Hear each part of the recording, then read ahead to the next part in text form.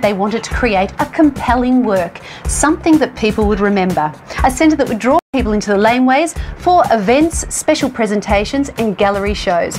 Well, congratulations to them both, because I think they've done an amazing job. Now, if you want more information on the About Face Design Awards, then go to thinkbrick.com.au. Hello, welcome back. You're watching Queensland's Best Living, and we've been all over the Great South East this afternoon looking at the very latest in home design. But if you're interested in pavers, well, this segment is for you. And here we are at Perry Homes, for instance. They've used pavers on their driveway. But of course, pavers can become an obsession. They have their own personality, like bricks. And you can use them in gardens to enhance the garden and add total new dimensions to those gardens. You can also use them on those alfresco entertainment areas. They're good to look at, and they're practical as well.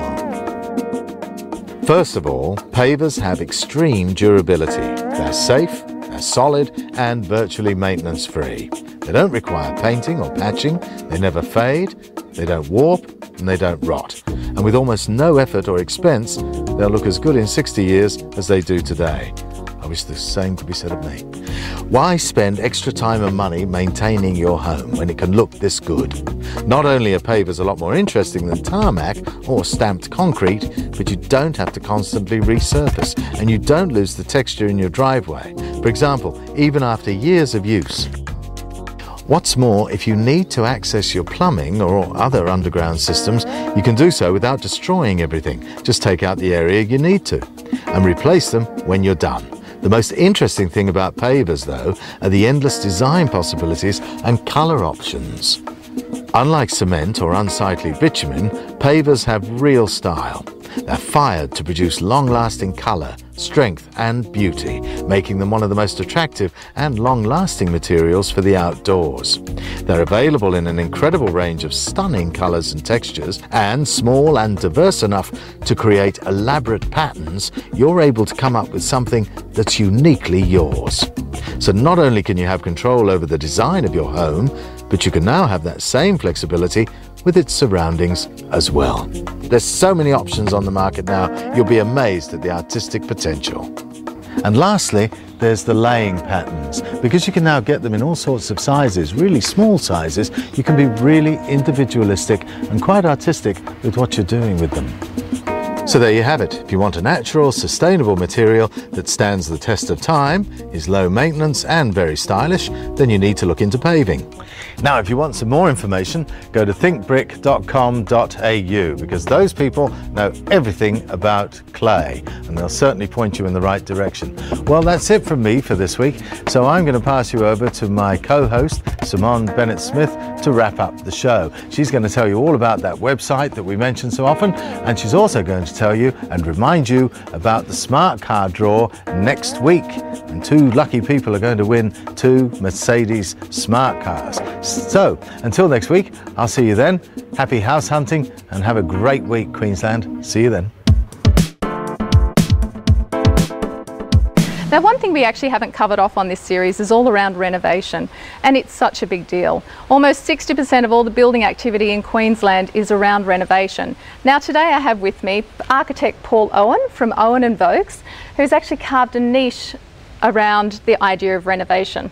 Now, Paul, I know you do more than just renovation, but can you tell us what type of person's coming to see you, and, you know, what are they wanting to achieve? Our clients are all normal families, and demographically they range from young couples about to have children through to empty nesters. What we would offer to those clients is that we have an understanding and a respect for their original home and for the street that they're in and for the surrounding neighbourhood as well. Okay, now Brisbane's well known for its elevated timber and tin construction. Now, I've noticed that a lot of your renovations are actually, or even new homes, have got concrete slab and brick. So can you tell me a little about why that is? A big part of designing to enable a project to enjoy the site that it's on is trying to establish a connection with the ground. And in a refurbishment project like this one, where we're building in the backyard, the whole design is about the family engaging with the backyard and using the backyard as though it's a room of the house.